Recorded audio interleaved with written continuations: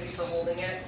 I'm very strange. I actually think he's really cute, and he's one of the most important animals to know about because we have him all over South Florida. Oh. See, I think aw too.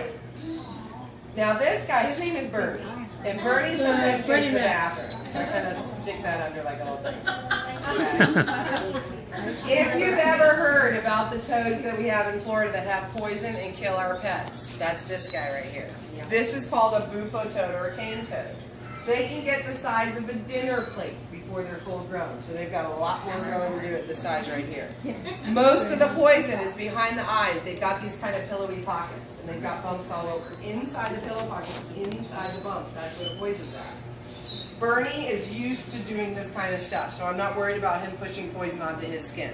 If this were a wild bufo toad, I would actually have gloves on to handle this animal. There's no way I would do it with my bare hands.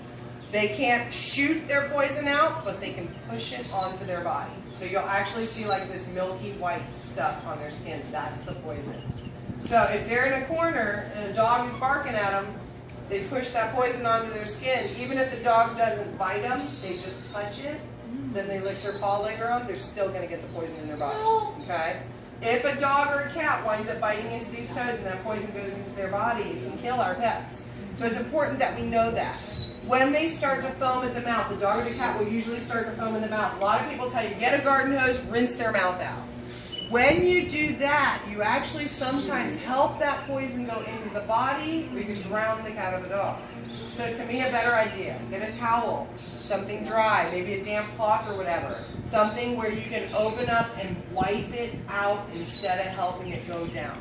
If that animal starts to shake and go into convulsions, they need to get to the animal hospital as soon as possible. These guys are deadly. Now, the crazy thing to me, we're not supposed to have bufo toads in Florida. People brought them in, okay? So this is an invasive animal. They like ripping hot weather. This is a South American animal.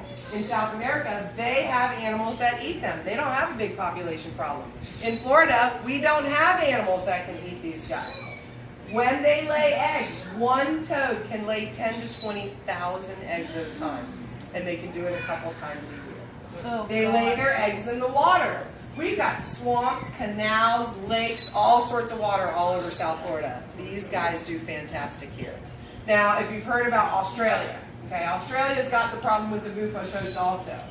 Poor Australia, they brought them in too to eat a beetle bug, just like we did.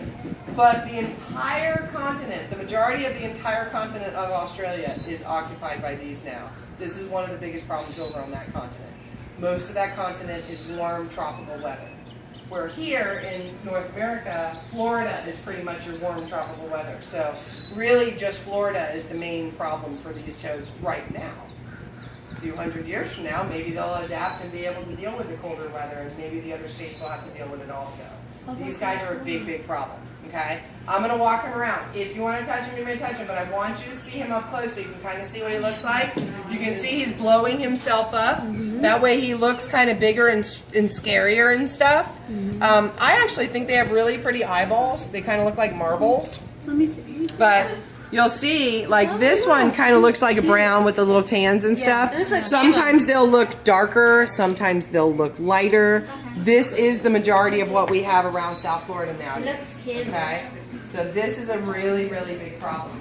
And the way he's blowing himself up like that also, in South America, when an animal tries to eat him, say a bird, you know, they got some birds that can eat him, and the bird tries to swallow him, he'll blow himself up really big, and then it suffocates the bird, and then it jumps out.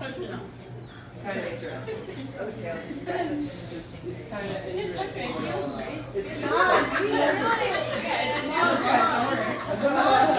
I just really want people like see it. I feel like Yeah, so that you know, there are